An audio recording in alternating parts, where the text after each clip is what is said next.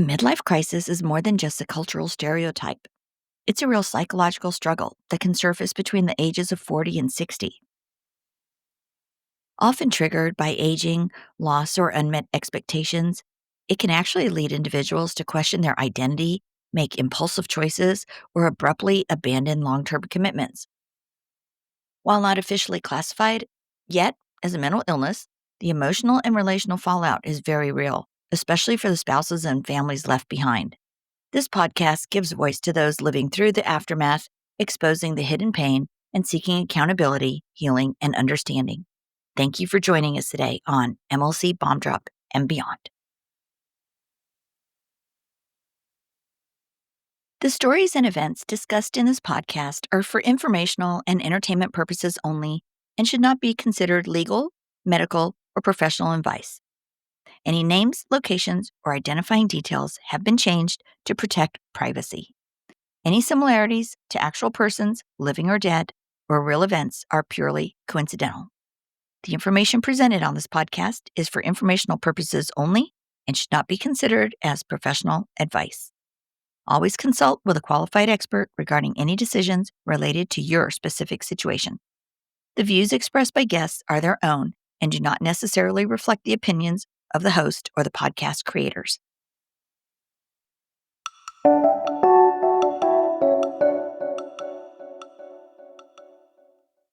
Hello, Bomb Squad. Thanks for joining us today. I had somebody ask recently if somebody in midlife crisis ever, if they're prone to suicide or murder suicide.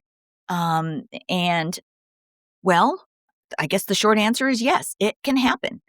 Um, yeah, I guess it can happen, but it's not the norm. But when it does happen, it does follow a clear psychological pattern. They say midlife crisis is not just a guy buying a sports car, or a woman getting Botox or new wardrobe. In its pathological form, it becomes a dissociative break, similar to an identity collapse or a psychological implosion.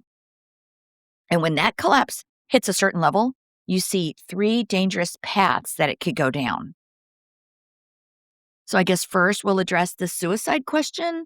And this is really the most common danger in severe MLC. And the folks that are most at risk for suicide are people who have expressed despair or self-hatred for years. The ones that have lived behind a mask or performed like an identity that they lived behind for many years. Those that have untreated depression or childhood trauma. The ones that have a high shame or are perfectionist or leading a double life. The ones that have substance abuse issues. And the ones that suddenly lose their marriage, identity, status, or self-image. They are at a high risk for potential suicide. And it's because they start to feel like they don't know who they are. Everything they built is a lie. They see no way back. They realize that they have become the villain in their own life. And this can lead to suicidal ideation, elaborate suicide plans, impulsive attempts at suicide, self-harm framed as accidents, fantasies of starting over through death. And many spouses, have noticed that MLCers have taken their own lives, especially when the affair collapses, when finances crash, when their family pulls away, public reputation tanks, maybe facing legal consequences, when the escape fantasy collapses, that's a big one, and really that whole persona, when persona completely breaks off. There's also the potential for destruction or violence towards others. It's more rare, but it is documented.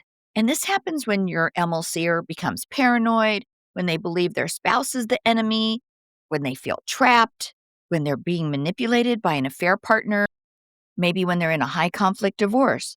They become more delusional, they become dissociated.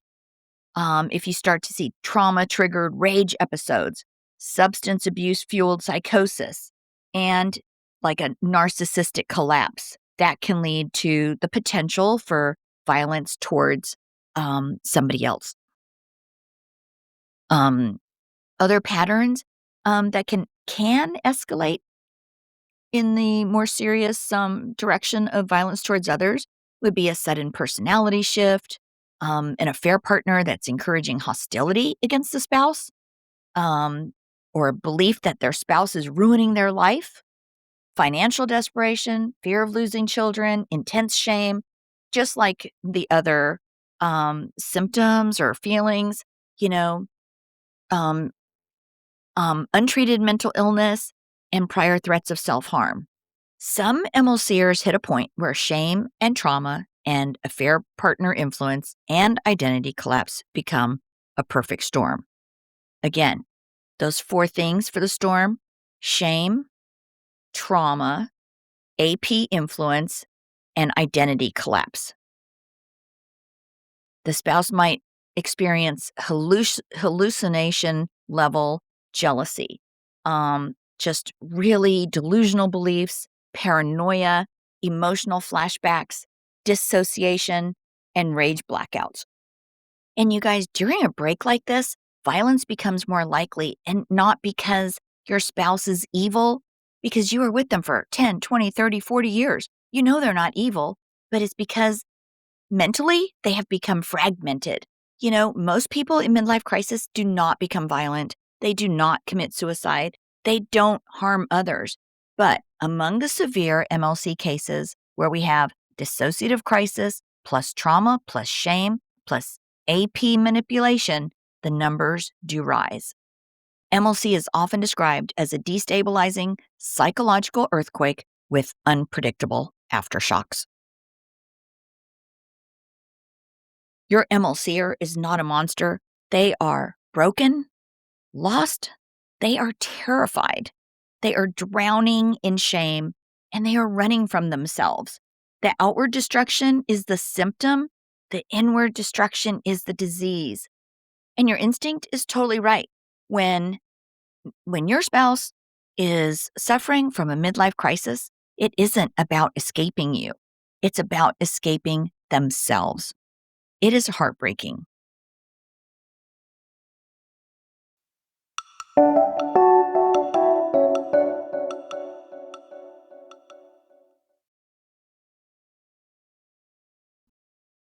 And what happens when your child feels afraid of the affair partner and the MLCer quietly confirms there's actually something to fear?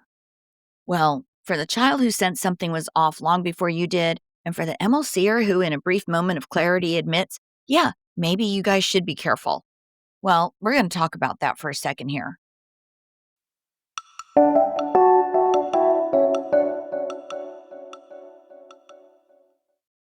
One of the strangest and most painful parts of midlife crisis is how our children can see what we cannot. They can see what the midlife crisis spouse doesn't see. They see what the left behind spouse doesn't see. The kids are not in a fog. They don't romanticize the affair partner. They don't fall for the reinvention of fantasy. They are, for one thing, so totally for sure, they are not dazzled by their mom or dad's new identity or new love story. They look at the affair partner through a clean lens, and they pick up on things that adults overlook.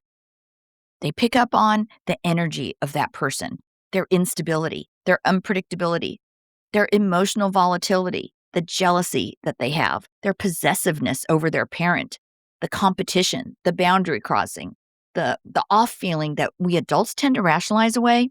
Kids see it. They see the manipulation. They see the homewrecker for what they truly are, a homewrecker.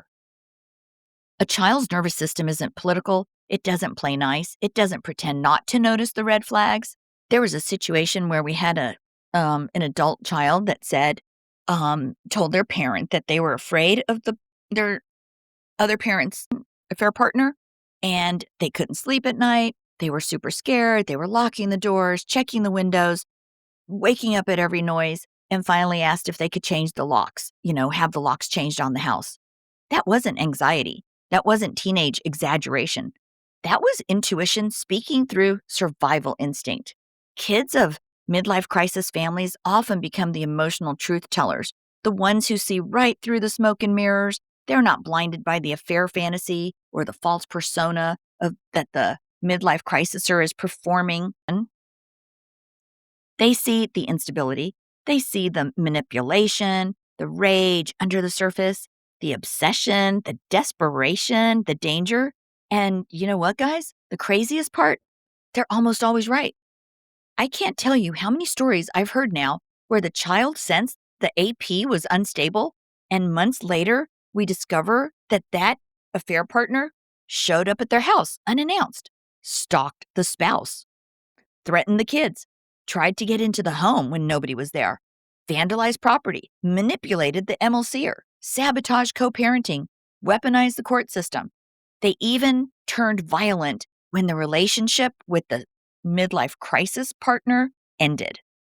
Children feel this early because affair partners with emotional volatility radiate chaos. Um, it is it is something to listen to, and l- trust your kid's instincts. Trust your instinct. In this case, when this spouse mentioned the child's concern to the midlife crisis parent who had already moved out, um, instead of defending the affair partner, they actually, and instead of minimizing it and instead of telling the spouse that they were crazy, that husband said, "You know what? That would be a good idea. Go ahead and change the locks." Do you understand how abnormal that is for someone in midlife crisis? MLCers in the affair stage usually defend the AP aggressively. They claim the AP is harmless. They deny instability. They minimize danger. They get embarrassed when the AP's behavior is even questioned. They usually turn it on the spouse and accuse you of being paranoid. They totally dismiss their kids' concerns. But when this MLCer actually said to his spouse, "Yeah, you know what? Maybe locks should be changed," what you're hearing is a moment of unfiltered truth, a crack in the fog, a flash of the real person breaking through, a moment where the dissociated, collapsing self stops performing and starts admitting, I can't control her. Yep, she could show up. Yep, she is unpredictable, all right. Yeah, sadly, you're not safe with her around. And finally, I know what she's capable of. He warned you without warning you when they said, go ahead and change the locks. He gave you a safety cue without saying the word danger. It is the closest thing to saying, hey, babe, I put you in harm's way. Please protect yourself. That is what they're saying. This is not love in the traditional sense. It sure is not clarity, and it's certainly not responsibility, but it's instinct, it's fear, and you know what? It's knowledge. Because here's the truth. MLCers see the AP's volatility before the left behind spouse ever does. But now they're in too deep. They're deep in shame, addiction, fantasy, or trauma bonding to admit it. So they drop these little shards of honesty, like, yeah, you should change the locks, stay safe, don't be home alone, get some cameras. Maybe it's better if the kids aren't around her. Maybe get a dog. Yeah, she can get emotional, so just be careful. You guys, these are red flag confessions. These are warnings delivered through the cracks of an unraveling psyche. These are the moments the old self begs the world to protect itself from the chaos that the new self has now unleashed. And here's the deal, you guys. When the affair partner is unstable, sometimes the family senses danger long before the MLCer really admits it out loud. And the MLCer only admits it when they're afraid too. So remember, you guys, midlife crisis is not about escaping you, it's about escaping themselves. And sometimes in the middle of that escape, they pull in people who are chaotic, dangerous, or emotionally unstable. Your job is not to fix the MLCer because really, you can't. Your job is not to diagnose the affair partner, and you've got to do your best to just keep your family together and listen to your child, listen to your intuition, protect your home. Stay safe, Bomb Squad. Stay aware and trust the instincts that never once betrayed you, because that is the one thing that you can count on is hopefully you will not betray yourself and your instincts will never betray you.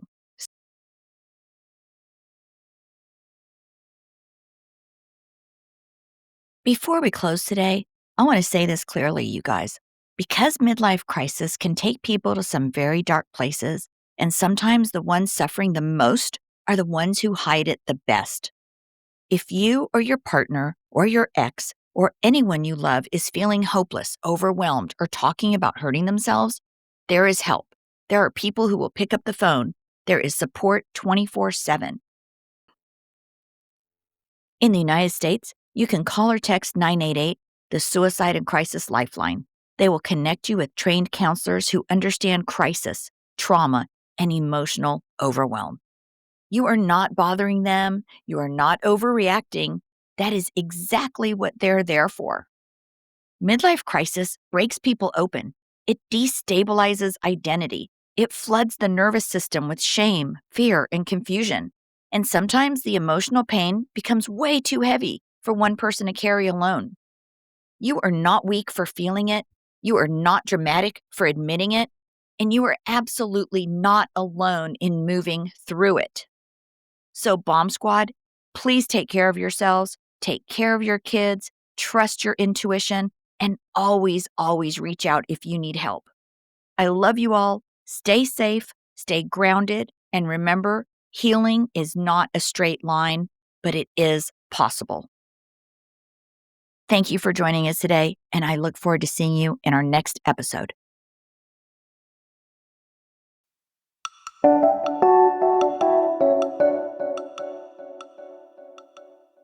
You guys, forward moving spouses, you are not alone. Left behind spouses, you are not alone. Those in crisis, you are certainly not alone.